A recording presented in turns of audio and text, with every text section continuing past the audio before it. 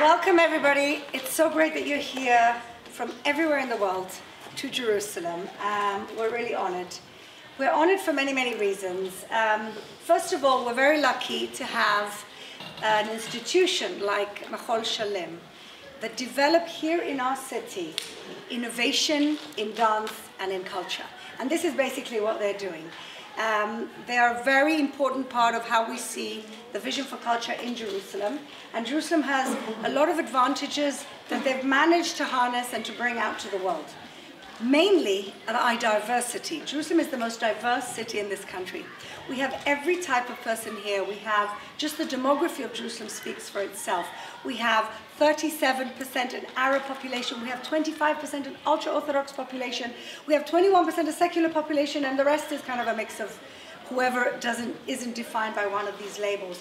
But what that brings us is not just a big headache, but is an opportunity, a potential for trying to speak the same language through dance and through arts and through culture, because dance and art and culture is cross-cutting. That's what we all have in common. When we all sit in a music festival, it really doesn't matter what people's political backgrounds is, beliefs, or even vision for the future. There's that moment where some people can enjoy things together that brings us closer together. And what it also does is that the convergence of different cultures and different backgrounds and different people in the city creates something new that doesn't exist. And this is really wonderful, and this is what brings the innovation that the Machol Center leads here in our city in dance so well. And so I was asked to come and give you a big welcome from the city of Jerusalem, which I'm very happy to do. I hope you all find opportunities to come back. But I also have another hat, and I was asked to say a few words with my other hat to our Israeli dance associates here. Before I became a politician and completely lost my mind, I was a communications consultant, and I helped startups develop their pitches in a more effective way. I did that for 7 years, and I worked with many accelerators, with many incubators. Recently, to tie more into my political career, I'm helping organizations, nonprofits, and civil society pitch better so that they can get better opportunities. So I was asked to give you some tips. Are we ready? Okay, who here is pitching? I want to understand. Okay, so I hope the rest of you don't get bored, because I think it's, a good opportunity. But I'll give a few tips on how to make your pitch better and more effective. And the first and most important tip starts with looking back at who your audience is. The most important, people ask me, what makes people great speakers? And there's one underlying thing that people don't get. And that is, it's not about you. It's not about the person presenting. It's about your audience. And if you can just make that switch in your head, when you see the very talented politicians speaking, it's not about, they've understood that it's all about the audience. And so the first thing you have to ask yourselves in your head is, who's your audience? Now, how do you figure out who your audience is? So the first thing you do is you think, okay, if I were them, what would be the question I have in my mind before you even open your mouth? You tell me and then we'll ask them, okay?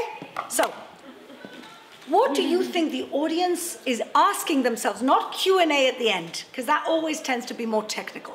But what do you think the audience is asking themselves about you before you open your mouth? Who are you? Who are you? Yes. What else?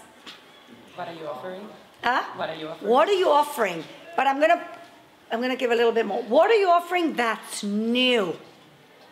What are you bringing that's new? Audience, am I wrong or am I right? Any other questions that you're asking yourselves that we haven't expressed? So what's new? Who are you?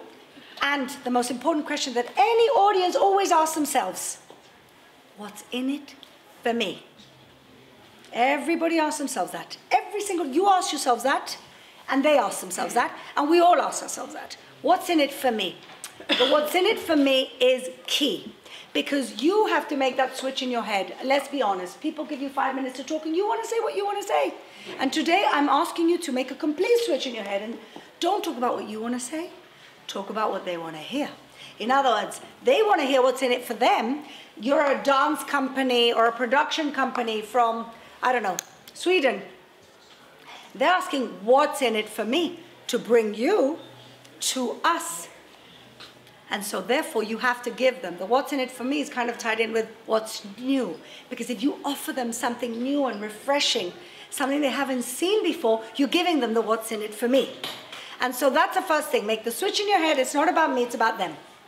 Okay? Now, how do you find out about your audience? Because trying to find out who they are is a really important part of how to figure out what to say to them. So there's a few tips. First of all, we live in a world with a magic crystal ball called Google. So the first thing you could do is really understand who your audience is, who these people are, what they're looking for, what they've done, what their background is, and what they want, what their vision is. So if you understand what they want, it's much easier for you to pitch your idea because you're tailoring your idea to what they want. What a build-up. I'll try to do everything you said. Okay, so I start when I want. Great, so my name is Nofar.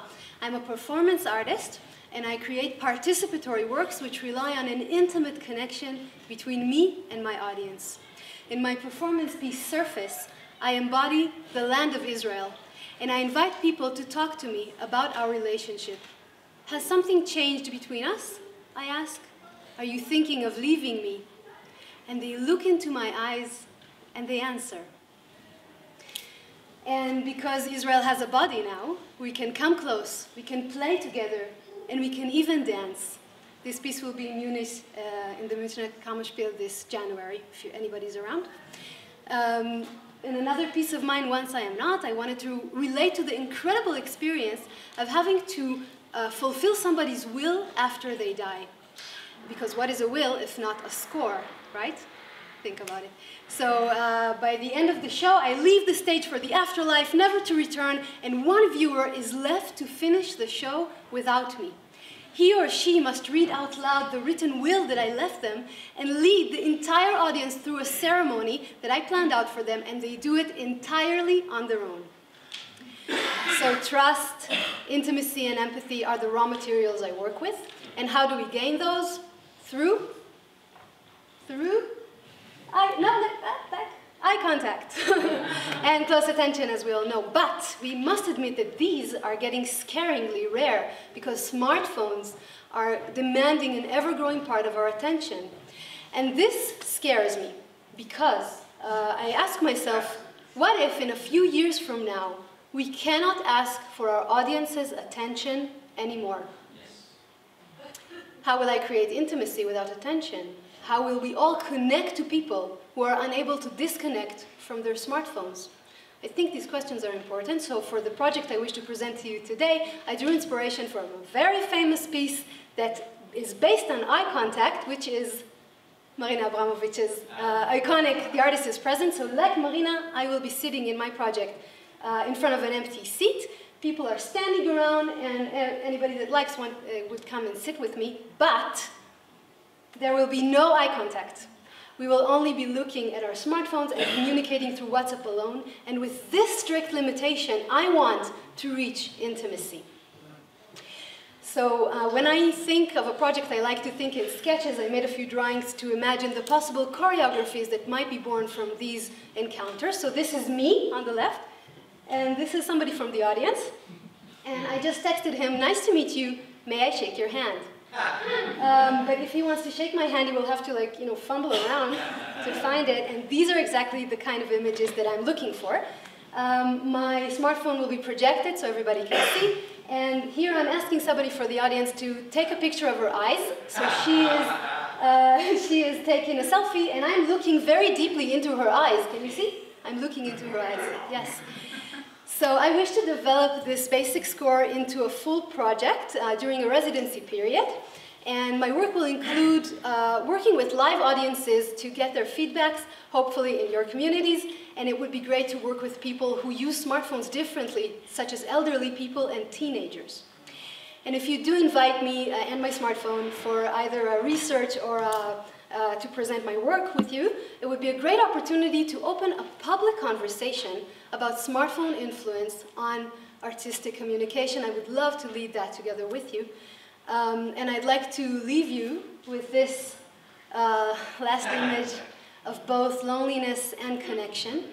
I believe smartphones are influencing the way we communicate, and I think it would be great if we would let them change art as well, but without giving up on human connection. So I feel like I've been practicing my entire life for this project. I do believe it may contribute to you and your communities as well. And most importantly, my name is No Far. No Far. You see, so I'm not far. I will be right here to answer any of your questions. And enjoy your stay. Thank you.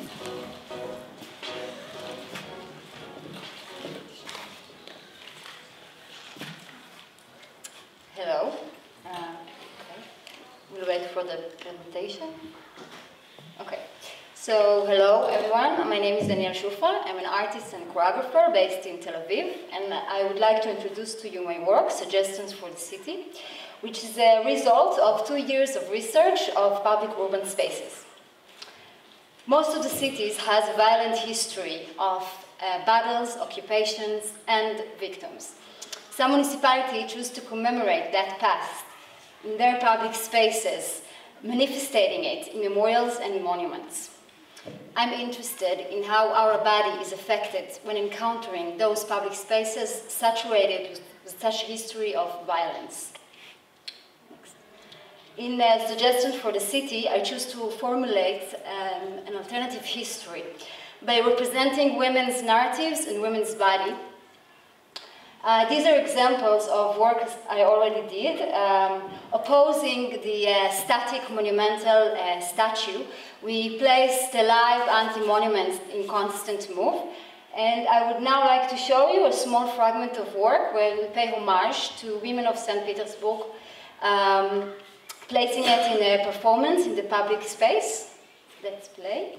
In this case, in the central bus station of Tel Aviv, which is a challenging environment.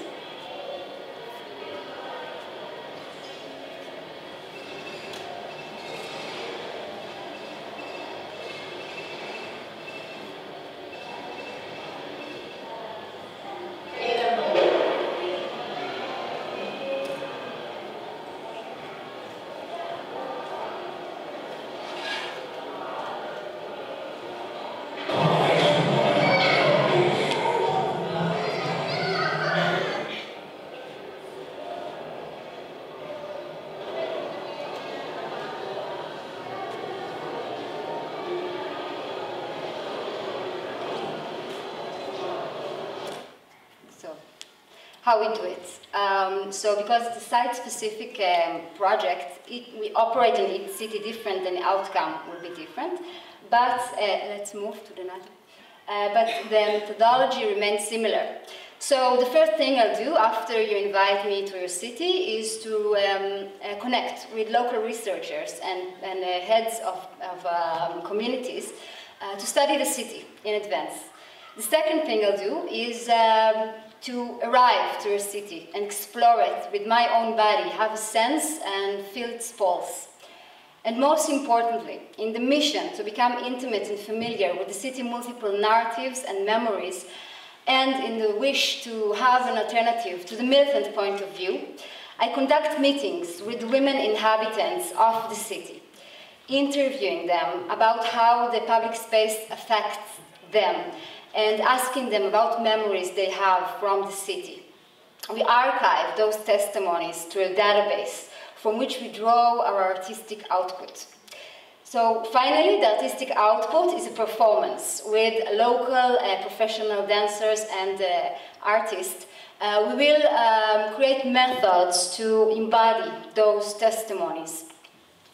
and to a live archive. This performative archive should be eventually performed in the public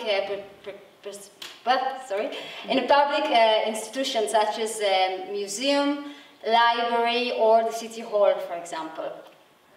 Another output is a workshop, together with the women themselves and a group of researchers and artists will try to imagine a new layer of existence in the city, using ephemeral acts which occupy the public space with multiple narratives and memories of the women themselves, using the body and movement to layer the surface and to deepen the affect of the act. So I'm looking forward to be invited and to continue a dialogue with you. Thank you very much.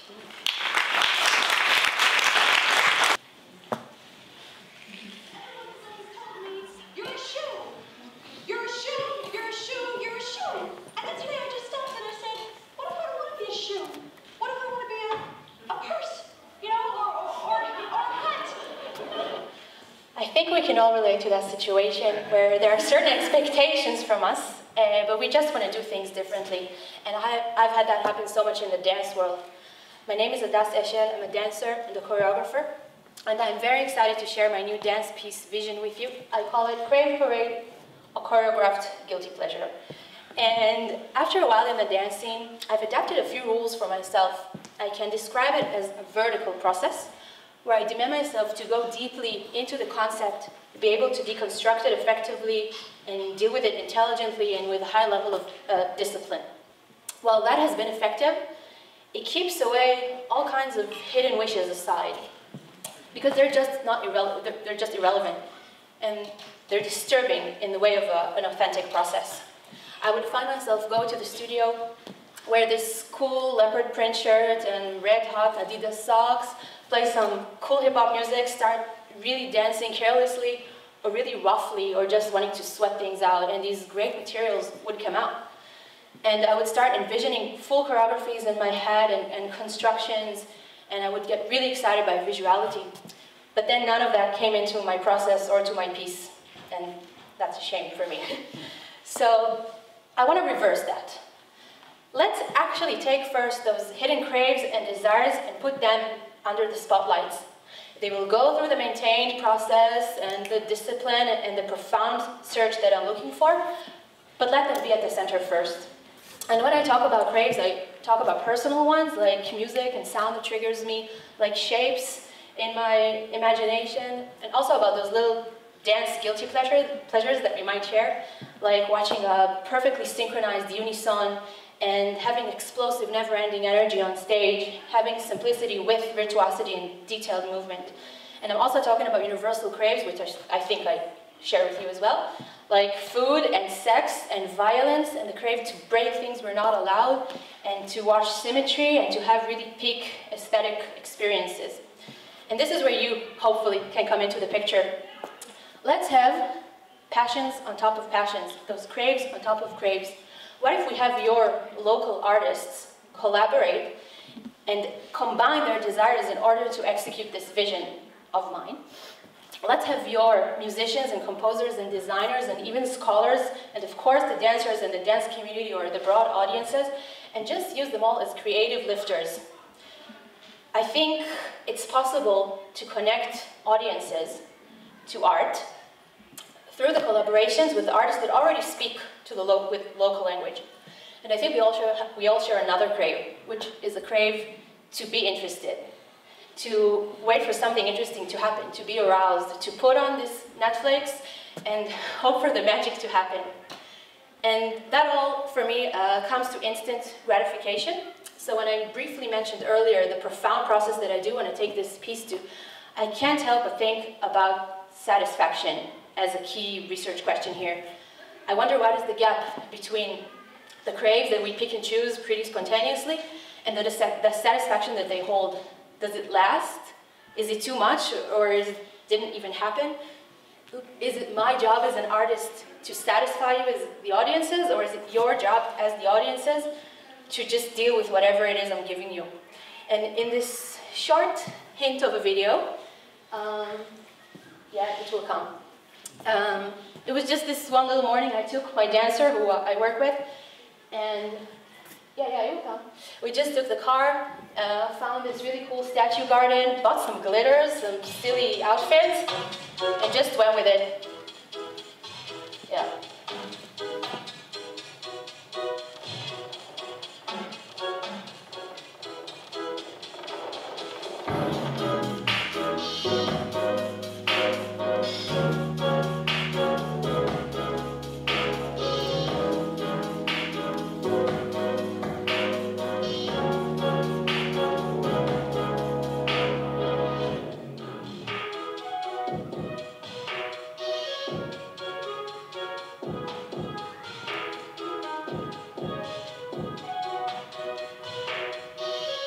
So imagine it as an extravaganza that is full with your local artist's visions as in top of the passions. And thank you very much. I hope it was satisfying.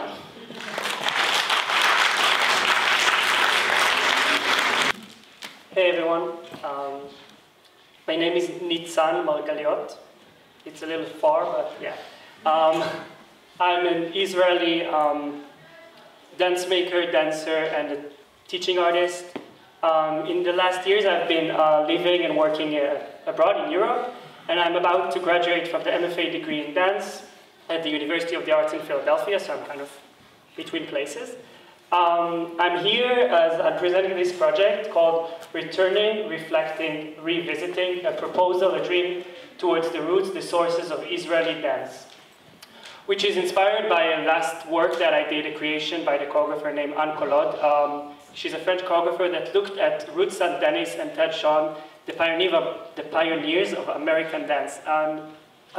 In this work, I'm interested in looking at the history of Israeli dance through the 20 years of 1990 to 2010, when Israel established its worldwide reputation, as you all came here to see, as well as its time of shifting from modern into contemporary dance through the dancer's perspective. That's kind of the core of my, and maybe I could use your advice. Who here was a dancer before becoming their project?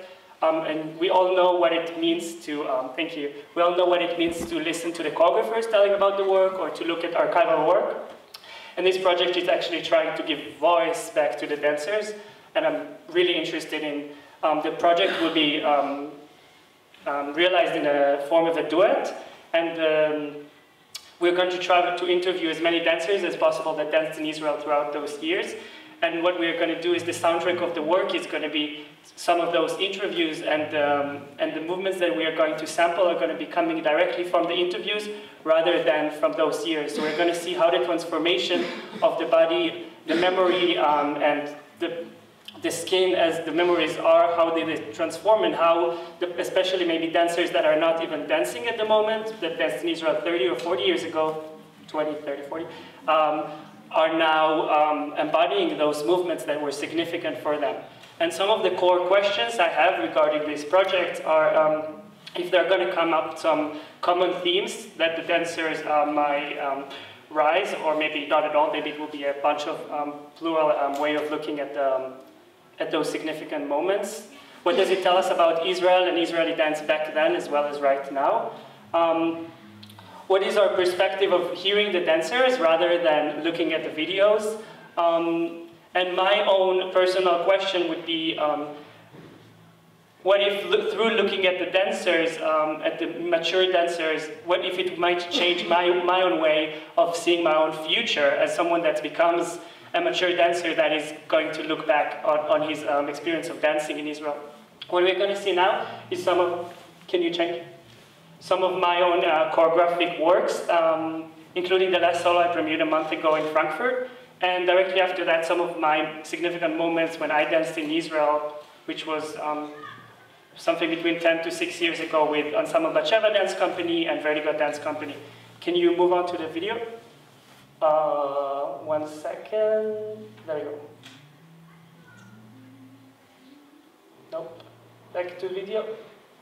Thank you. Sound?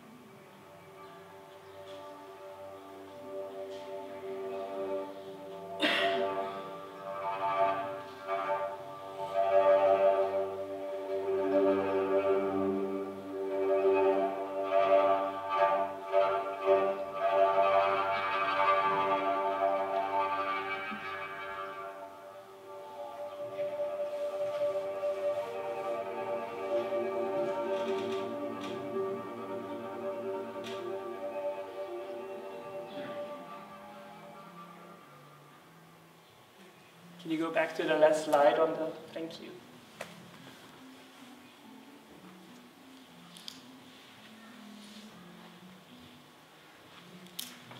Yeah, on the right is, probably might know those moments, and on the left is from Vertigo. And the next one, thanks. So yeah, the format of the piece is going to be something like a dance memoir, and it's going to be kind of like a journal reading through those memories and really thinking further about the dancer's voice, the dancer's perspective, and what is there that's being untold and forgotten. Mainly because we tend to really hear the choreographers speaking and not those dancers that really were the materials, the living archives that are still alive and still have a lot to say. And not just to look at the archive in other forms, but back to stage as well. Thank you so much for listening. I'd love to talk about it further. I'm Avital Eden, a dancer and choreographer based in Israel. I've recently developed a new way I create I'd like to share with you. Can you pick a memory of something good that happened to you? Can you please draw a line that describes your feeling according to the memory you just picked, with your hands and your imagination? I'm inviting you to follow the line with your body, through your body. Take the line out into space, or you can just follow the line with your imagination. What we're doing now is something I do when I create with my theme. The way I see it, memory is built from layers of memory. Memories from my culture, my education, my dance training, my life experience. All these layers of memory are called out from the body into following the line, into dancing by the drawing. I'd like to share a video with you. With no rehearsal, I put a camera in front of artists and me, with whom I collaborated with. They're from around the world. I give a plan to follow a line while shaping an image of an action a memory brought me to do. And this is the result. We went straight into dancing.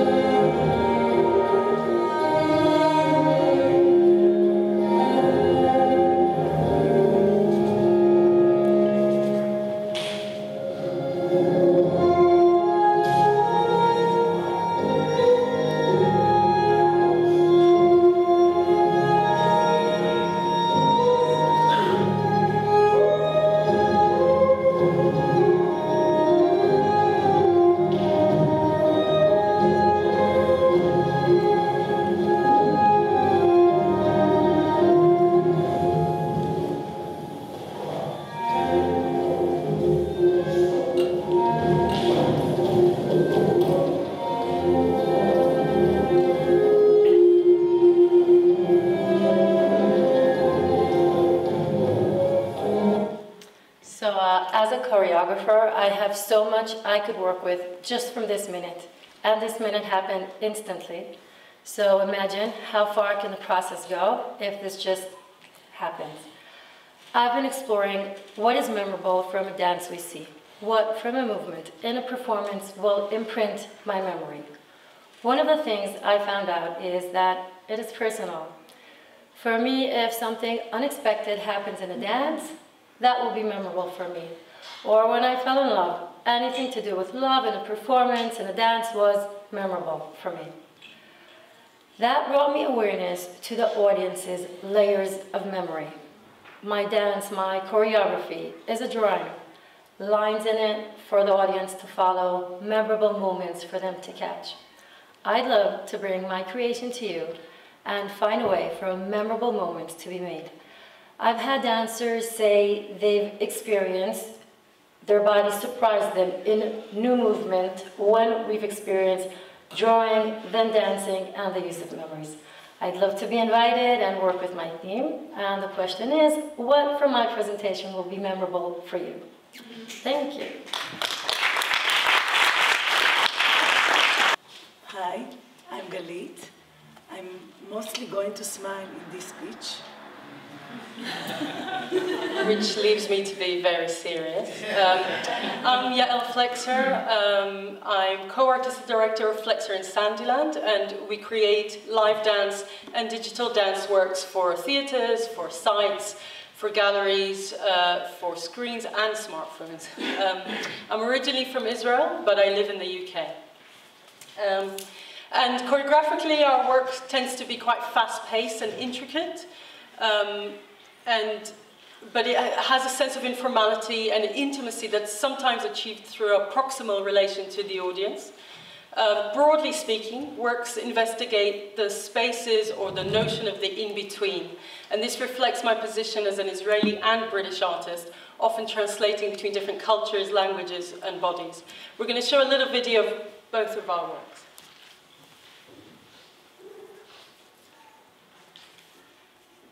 If it plays.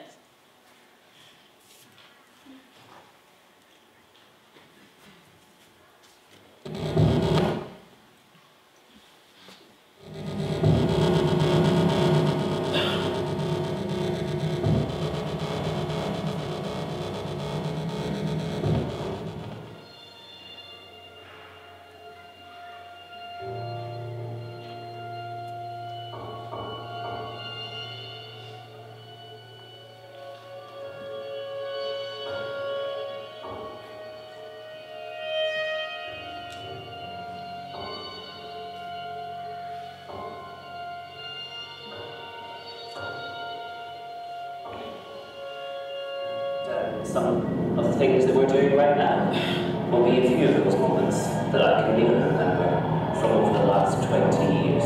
Yes, all those times when we jumped and other old-fashioned things like that.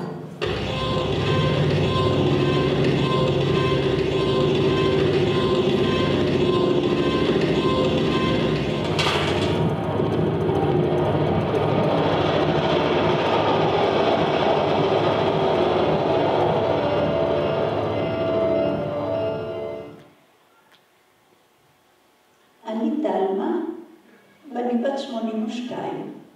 אני לא רצה, אני גם לא קופצת, אני גם לא מתגלגלת על הבטן בלי ריפוד. כשאני רוקדת, אני אוהבת שהגוף מפתיע אותי.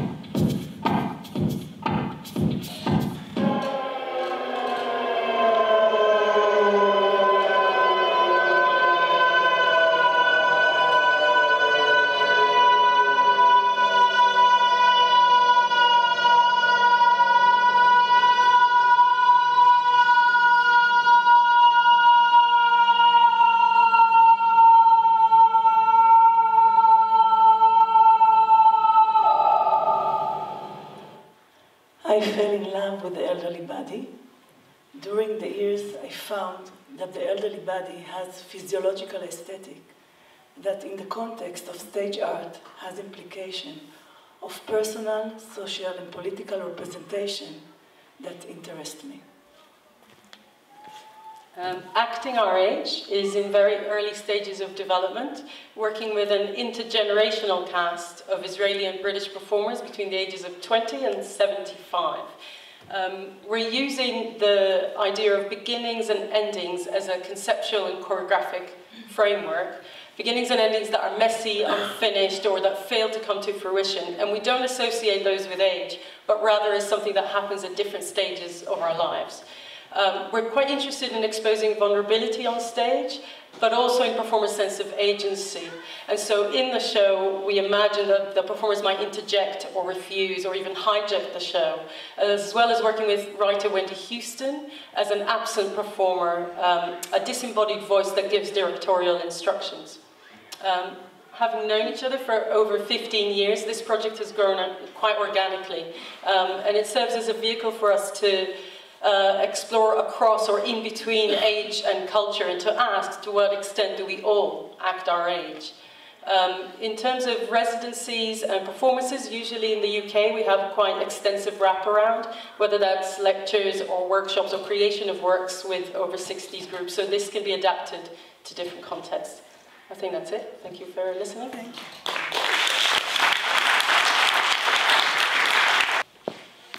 Okay. Can you hear me? Because I don't like to speak in a mic. So, my name is Ravida Barbanel. I'm a dancer and choreographer. Well, a citizen of the world at the moment. 2 years ago, my house was being uprooted from its place in Israel. And so on, my personal relationship was also ended. I went on a journey the last 2 years looking for the meaning of what is home for me. What is home in the terms of physical home, because I'm a dancer and I'm a creator, so I wanted to search what is the structure, what is the physical home that I want to develop. And I found, one of the conclusions that I found is that my body is my home. And if I feel comfortable with my body, with my movement, with my natural movement, I can feel at home. I can be happy with myself. So I've been kind of developing this project that's called Project Home, which divided to 3 layers. One of the layers is the collection of a video dance that I've been traveling around the world, filming myself, improvising. And I found this kind of a method that I'm doing each place in the world. Another thing is Happy Body. I created this movement research that's called Happy Body. Happy Body is a bunch of tools, improvisation tools, that I'm aiming to find in other people. So I also searched and found that when people move naturally and they find their own personal home, they feel happy. So I developed this Happy Body, which can be also a workshop for non-professional and professional dancers. With this method, I created several homes around the world. One of the homes was a wild home that I created in Spain with a collaboration with 2 Spanish dancers. Another one was in Lima, in Peru, Home Lima. And the third one was Home NC, North Carolina, a part of ADF, American Dance Festival. Aiming to keep on going and developing this beautiful personal home that I want to continue with. And I'm going to show you a short fragment. Yeah, it can continue from the word.